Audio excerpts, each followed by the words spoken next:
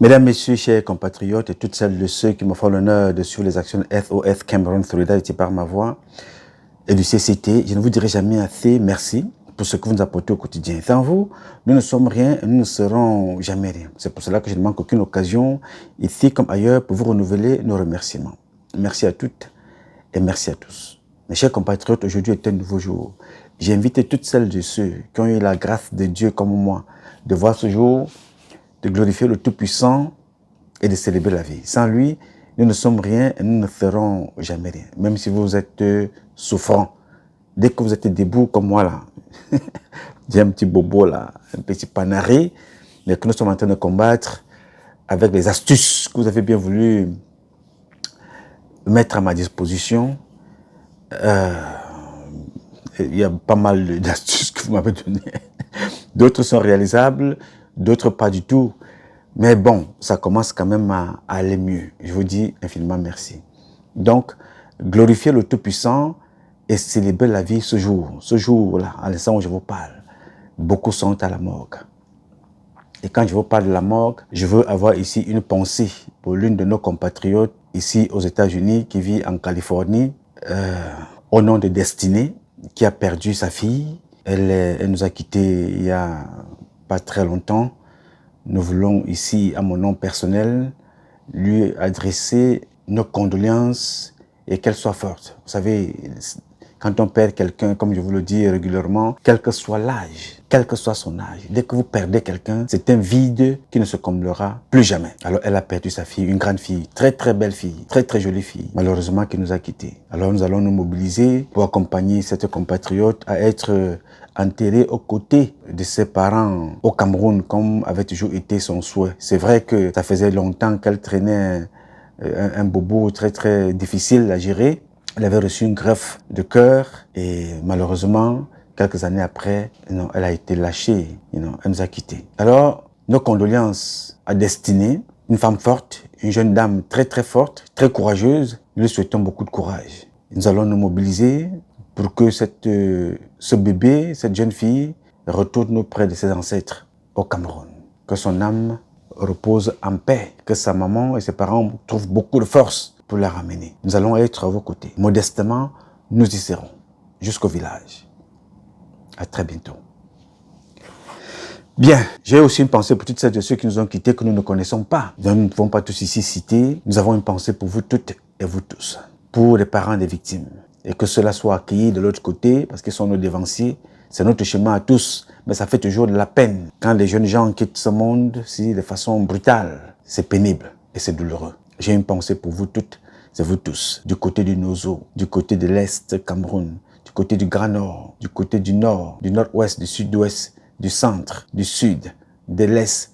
Je vais avoir une pensée pour mes compatriotes qui sont en prison, mes compatriotes anglophones, depuis 2016 qui sont en prison. Nous ne vous oublions pas. Nous nous battons pour que chacun d'entre vous retrouve la liberté un jour. Ce n'est qu'une question de temps en ce moment. Beaucoup de courage à toutes et à tous. Mes chers compatriotes, très brièvement, je voudrais faire une annonce ici de l'arrestation des enfants de l'ancien chef sémile, le colonel Joël Mangui Émile. Les enfants que vous voyez là, des braqueurs de haut vol. Ce sont ces enfants parce que c'est lui qui a été leur patron et c'est lui qui les a légués aux prochains dirigeants de la sécurité militaire. Dans ces enfants, il y a eu braquage encore dans la ville et ils ont été arrêtés une fois de plus. Pour vous faire rapidement le sommaire, ces deux enfants que vous voyez là, il y a Abdallah Amadou, celui que vous voyez là, et il y a Simon Malvik, celui en tenue de gendarmerie. Ce sont des gendarmes majors qui avaient braqué une dame, Tassan Rudy. Ils ont pris 185 millions de francs CFA. À l'époque, le colonel Mangui était en activité. C'est une autre histoire. Ces deux individus vont donc fuir le Cameroun pour se retrouver du côté des Philippines. Les autorités camerounaises, une fois arrêtés là-bas, vont demander qu'on les ramène au Cameroun. Ils sont ramenés au Cameroun, ils sont jetés en prison.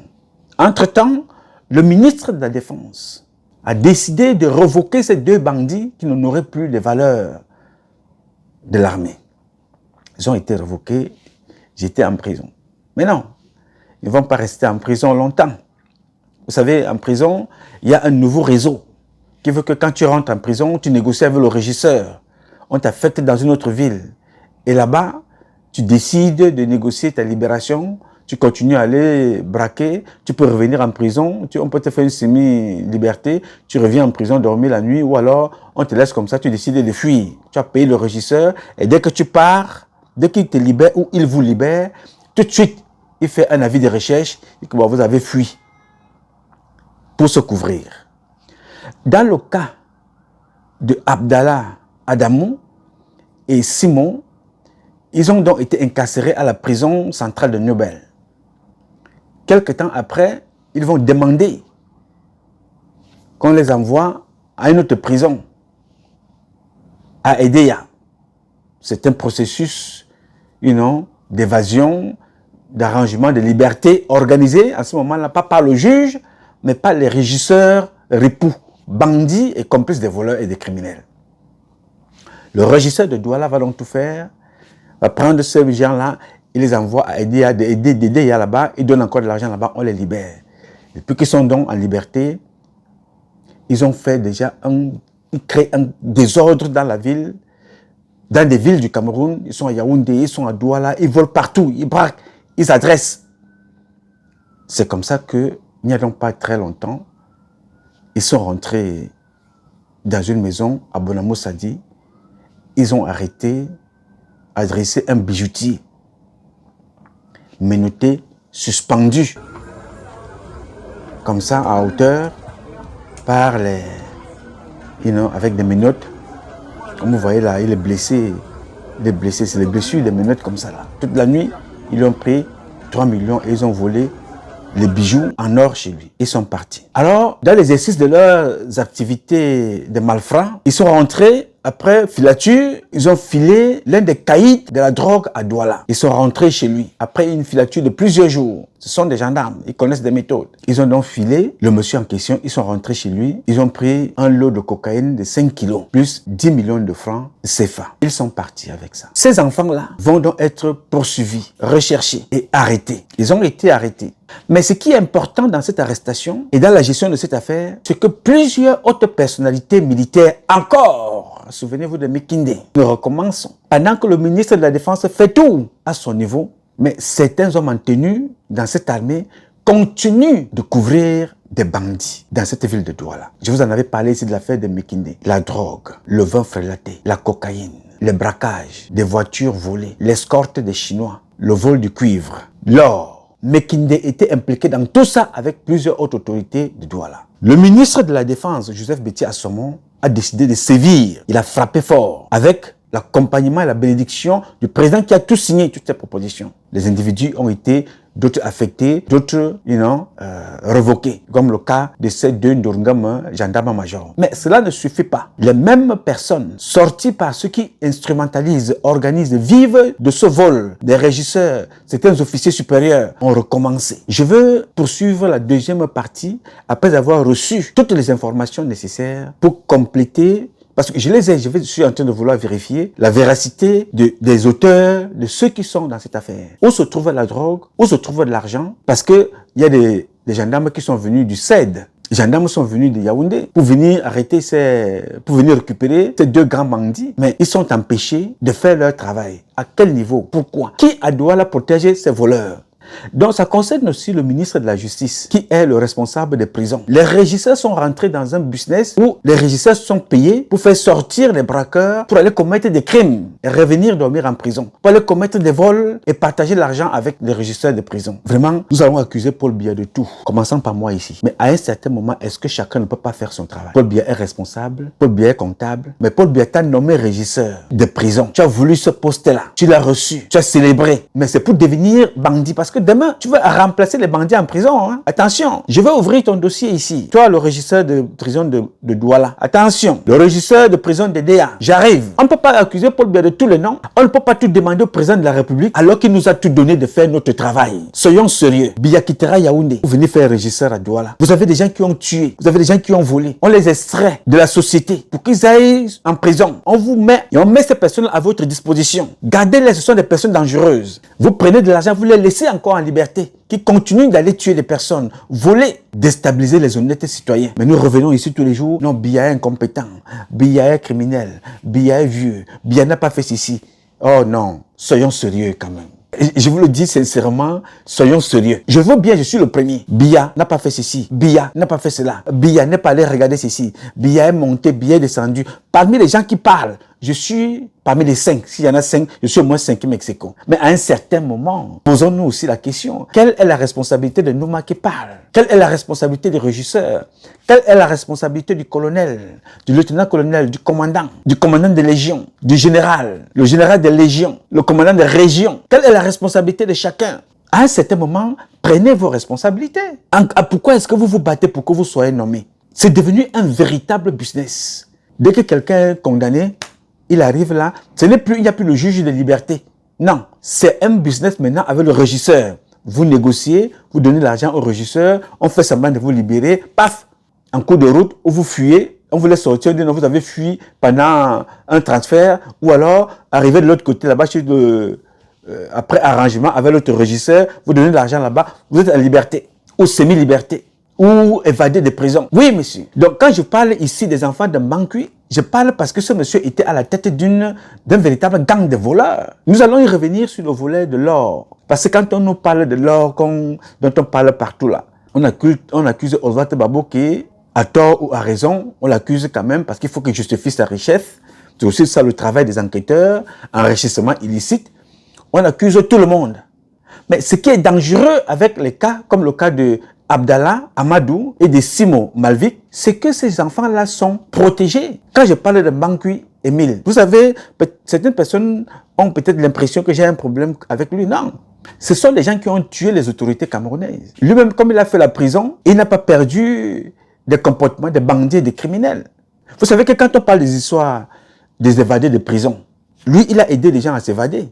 Mbankui Émile, souvenez-vous, parce que moi je n'ai rien oublié, souvenez-vous du vol, souvenez-vous de cette histoire du trafic d'or. Des hommes d'affaires canadiens s'étaient fait dépouiller de plusieurs milliards, je ne vous parle pas de millions, de plusieurs milliards, avec la complicité de Mbankui Émile, Brahim, le chef traditionnel de Ngaoundéré, qui à l'époque était militaire, capitaine à l'époque des faits, qui était le garde-corps de ces hommes d'affaires-là, les entraîner partout, pour que ces gens-là puissent se faire frapper par des trafiquants d'or au Cameroun. Mbankui était donc le chef de ce capitaine-là. Ibrahim, le chef traditionnel, il est maintenant chef traditionnel quelque part là-bas dans le Grand Nord, en Ngaoundéré.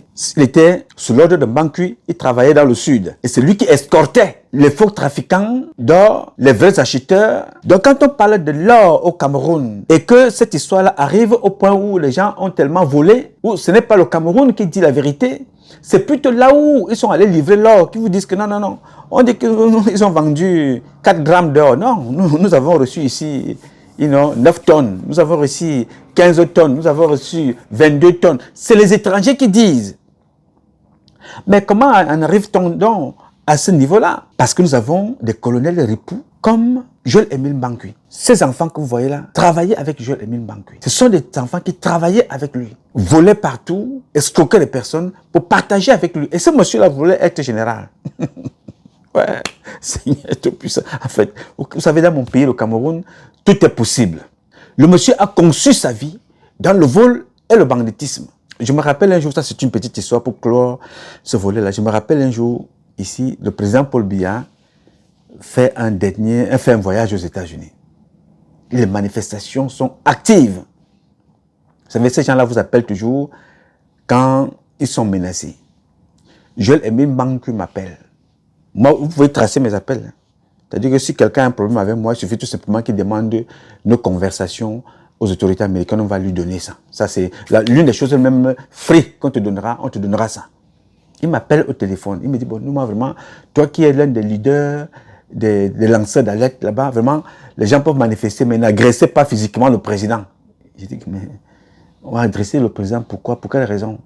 Depuis que vous m'entendez, vous me suivez, vous m'avez déjà vu aller manifester avec des pancartes face au président un jour. C'est mon niveau, ça. Il y a plusieurs formes de manifestation. Moi, j'ai manifesté jusqu'à ce que ma manifestation a poussé le président à virer les gens à l'ambassade du Cameroun et à redonner des budgets pour qu'on rénove cette ambassade-là. Et j'ai tellement travaillé pour cette ambassade à Washington DC que moi-même qui parle, je n'ai pas de passeport camerounais. Donc, je ne me vois pas en train d'aller adresser le président pour exprimer ce que je pense.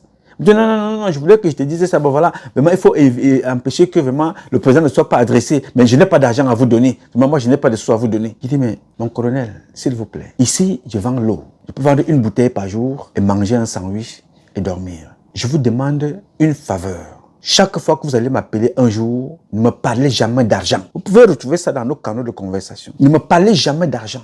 Mais mettez toujours devant mes propos et nos propos de ce qui nous lie, vous et moi, deux choses. Vous êtes un chef militaire, j'ai servi dans l'armée, nous partageons un même pays, mais mettons au-dessus de nous le patriotisme. Ne me parlez jamais d'argent, jamais. Même le président Paul Biya ne m'a jamais donné un centime. Mais je lui serai reconnaissant toute la vie de ce qu'il m'a apporté, parce que c'est sous son air que je suis allé me faire former à l'étranger. Donc je n'attends pas de l'argent de lui. J'attends de lui que je sois utile. Dans le cadre de ce pourquoi j'ai été formé. C'est pourquoi le Cameroun m'a formé. Alors, s'il vous plaît, ne m'appelez plus ici pour me parler de l'argent. Ne parlez jamais d'argent. Si vous prenez l'argent dans les caisses de la CEMIL ou du ministère de la Défense, faites ça ce que vous voulez, pas avec moi. Je peux gagner autrement. Cette conversation que je vous dis là, Dieu m'est témoin, vous pouvez la retrouver. Je peux la retrouver si quelqu'un en a besoin. Je demande seulement à mon opérateur, je retrouve les dates, et à mon opérateur, on me trouve toutes mes communications avec ce type-là. Parce que rien ici aux États-Unis, au moins, c'est l'une des choses, ce n'est pas un pays parfait. Ils ont des tares, comme partout. Mais l'une des choses importantes de ce pays, c'est que tout ce que tu peux faire et dire à travers les communications, parce que ton numéro de téléphone, c'est ton ADN électronique. Oui, monsieur. Avec ton numéro de téléphone, on peut retrouver tes emails, on peut retrouver ton nom, on peut retrouver de chez toi, on peut retrouver ton adresse, on peut retrouver tes communications, tes comptes bancaires, on peut retrouver tout avec ton numéro de téléphone. Donc, quand je parle ici, il suffit que tu as porté plainte où tu veux de notre conversation, on va la retracer. Si j'ai dragué une fille quelque part, après je dis non, non, non, non, non, non, non, ok. C'était quel jour? C'était lundi, c'était un mardi, à telle heure. On demande, on te sort ta communication, transcrite et vocale. On la met à la disposition de la justice. Donc chaque fois que je vous dis des choses ici, on peut les retracer et on peut les retrouver. Parce que je vis dans un pays dangereux. Et c'est ce que je dis toujours aux jeunes. Chaque fois que vous voulez dire des choses, soyez prêts à témoigner avec des preuves à l'appui. Vous n'êtes pas dans les réseaux sociaux pour détruire des vies, salir, insulter les gens. L'insulte est condamnable. La médisance est condamnable. La manipulation, le vol, les déclarations mensongères, tout ça est condamnable. Faites très très attention. Donc quand je vous dis ça ici, ce n'est pas que j'ai quelque chose contre ce monsieur-là. Vous pouvez aller vérifier. C'est l'un des vendeurs de pétrole au Cameroun, militaire. L'un des plus grands vendeurs. Il a des stations partout. Il y a encore quelques 2 ou 3 semaines, il va inaugurer une nouvelle station. Alors, c'est leur travail de dire au président ce qui ne va pas au Cameroun. C'est leur travail. C'est un problème de sécurité. Les gens, on libère des prisonniers comme ça qui vont braquer au Togo, volent là-bas, comme c'était le cas avec ceux qui travaillaient pour Oswald Baboké. Mbankou connaît, c'est un problème de sécurité, puisque ce sont des armes militaires qui vont là-bas. A-t-il envoyé une délégation au Togo? Non. Pourquoi? Parce qu'ils font le même travail. Ils utilisent des enfants qui vont braquer à gauche et à droite. Mbankou à la retraite, à la retraite, parce qu'il continue de travailler, étant au quartier. Et aussi longtemps que ces gens n'ont pas été frappés, quel que soit le chef CEMIL qui va arriver, quel que soit le commandant des régions, ni des légions qui sera là, le même système va continuer. Il y a 4 mois, je vous parlais de la drogue. Il y a 4 mois, je vous parlais de Mekindé. Il y a quelques semaines, je vous parlais de l'hypomotazé, de la drogue qu'il est allé arrêter à l'aéroport, qui, entre parenthèses, a été détruite. Mais aujourd'hui, les militaires ont maintenu, bien que revoqués, sont allés braquer quelqu'un dans sa maison, un vendeur de drogue. Et ils ont pris 5 kilos pour aller vendre. Mais maintenant, quand les gendarmes veulent entendre ces personnes-là, on dit voilà, on n'arrive pas à les faire transférer à Yaoundé. Qui empêche cela? Où est la drogue? Mais celui-là chez qui ils ont volé cette drogue-là, pourquoi est-il à liberté? Pourquoi ce sont ceux-là qui sont les évadés de prison qui retrouvent un vendeur de drogue, un trafiquant, mais pas pour l'arrêter, mais pour prendre la drogue et aussi aller vendre. Alors que les gendarmes actifs, les policiers actifs, les services de renseignement sont là, ne savent pas qu'il y a un vendeur de drogue. C'est les mêmes gendarmes,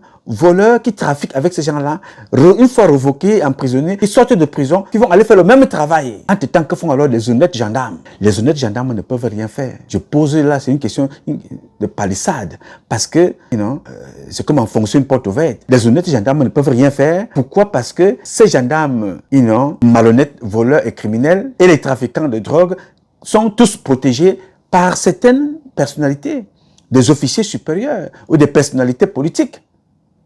Demain, je vais vous parler d'un autre, en plein Yaoundé. Donc, certaines personnes se sont arrangées à ce qu'il ait rencontré physiquement le secrétaire général. Le secrétaire général ne connaît pas que ce monsieur-là est un vendeur de drogue. Non.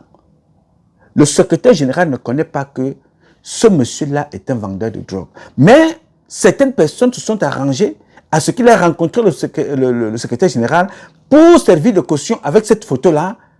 Il peut donc vendre librement sa drogue, tranquillement, parce qu'on dit, voilà, c'est le protégé du secrétaire général. Vous voyez comment nous détruisons le Cameroun, chacun à son niveau, mais nous attendons tous que Paul Biya change. Que tu sois policier 1V, que tu sois gendarme-major, que tu sois officier supérieur, que tu sois général, que tu sois préfet, sous-préfet, gouverneur, que tu sois homme politique du pouvoir ou bien de l'opposition, homme d'affaires ou whatever, chacun contribue à détruire le pays, mais nous attendons tous d'une seule personne, Paul Biya, alors que la même personne chez qui nous attendons tous là a donné, décentralisé son pouvoir à mon niveau. Il t'a nommé, il m'a nommé, il nous a nommés, faisons le travail. Mais nous détruisons ici en bas. On abrutit le peuple. La drogue, la cocaïne, les crimes, les vols, les abus sont régulés par ceux-là qui sont appelés à combattre tout ça. Et nous voulons que le Cameroun change. Mais nous avons un seul mot, Paul Biya est mauvais. Paul Biya est paresseux. Paul Biya a échoué. Oui, il a échoué. Parce que j'ai contribué de façon active à cet échec. Il a échoué parce que toi, le colonel, tu as contribué de façon active à cet échec. Il a échoué parce que toi, le régisseur de Douala, de Yaoundé, de Deya, de Bafoussam, de Banganté, de Fouman, de Ngaoundéré, de Garoua, le régisseur à l'Est Cameroun, le régisseur de Bala, nous tous, vous avez contribué à ce que Paul Biya échoue. Et vous voulez le changement.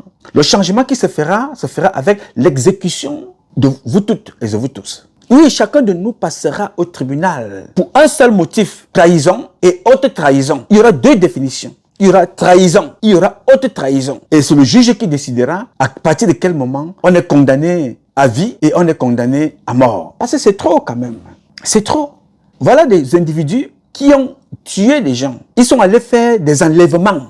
Demain, quand je ferai la suite, je vais vous montrer une vidéo où les gars sont allés kidnapper quelqu'un.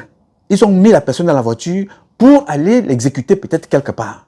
Ce monsieur a eu la vie sauve parce que quand ils sont en train de traverser la route, ils sont en voiture, ils traversent dans un marché. Le monsieur décide donc de crier fort, ouvrir la porte, sortir en courant, en criant que ce sont des voleurs, ils veulent m'enlever. Voilà comment les mêmes personnes que vous voyez là décident de fuir. Ils opèrent comme ça à Yaoundé, ils opèrent à Douala, ils opèrent en Ngaoundé, ils opèrent partout au Cameroun. On a les Mbankui. Pourquoi? Parce que ce sont ces Mbankui, les Mekindé, qui protégeaient et qui continuent de protéger ces gens-là. Mais nous n'avons Dieu que Paul Biya doit changer. Paul Biya doit partir. Si Paul Biya part, est-ce que les comportements vont changer? Parce que Mbankui est parti. Ça continue. Hier soir, lui, Paul Motazé, arrêtait la drogue. Là, voilà encore. Elle circule. On arrête des bateaux battant pavillon Cameroun dans des pays étrangers avec la drogue. On arrête la drogue au Cameroun qui passe par les aéroports en grande quantité. Vous avez vu ça avec lui, Paul Motazé. Aujourd'hui, on vous fait comprendre que des gendarmes revoqués sont allés entrer dans la maison de quelqu'un. Ils ont pris 5 kilos de drogue.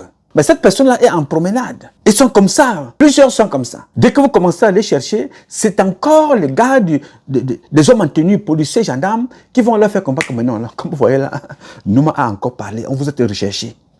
Bon, fuyez. Faites-vous discret ces jours-ci, parce que vous êtes recherché. Moi, j'ai vu des gendarmes assis avec les vendeurs de drogue, assis en train de manger. C'est le gendarme qui sert. Ouais, Seigneur Dieu, mana lo bani kaso, peste de mi coquette à l'ambike, mañana pour la mañana. Je dis, les gens qui sont recherchés, les gens sont recherchés. Mais le gendarme qui appelait, arrêter ce gens-là, il est quelque part en train de boire. Tu le vois en train de servir le vin aux gens qui sont recherchés. Et nous voulons que ça change. Et c'est Paul Biya qui est mauvais. Non, le gendarme, là, lui, il est bon. Dans son métier, il est bon. Son patron est bon. Moi, je suis bon. Mais celui qui est mauvais, c'est celui-là qui nous a tous nommés. Paul Biya. Non, il faut que la politique change. Il faut que les sanctions soient appliquées. C'est pour cela que je vous dis que tous les jours, nous allons nous investir pour une transition dans ce pays-là. Ça ne peut pas continuer comme ça. Mbangu Emile et les autres ne peuvent pas continuer à pourrir le pays comme ça. Et dans tout ça, ils le font avec leurs propres enfants aussi. Hein? Parce que le fils de Mbangu Emile est un bandit qui loue son âme au Nigeria. On retrouve parfois son âme au Nigeria. Oui, monsieur. Ce que je vous dis là, il y a des notes, hein? Il y a des fiches.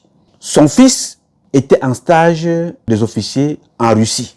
Il a échoué et il a été chassé en Russie. Vous savez pourquoi? Le fils de Mbangu a été chassé en Russie pour exhibitionnisme. C'est-à-dire, le gars se déshabillait, il filmait son sexe, il l'envoyait aux femmes de certains officiers russes, en dehors de la drogue et l'homosexualité. Un jour, les Russes ont été même très gentils. Ils lui ont dit, récupère ton paquetage là, prends la route, rentre chez toi.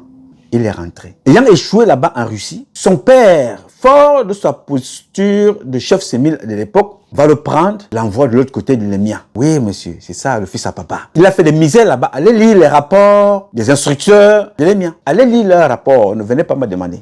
Allez là-bas lire les rapports des instructeurs de l'Emia concernant le fils de Mbangu Emile. Il sort, il est affecté, il est quelque part, il porte ses galons, il célèbre et c'est normal. Ce sont les enfants des autres qui sont des bandits.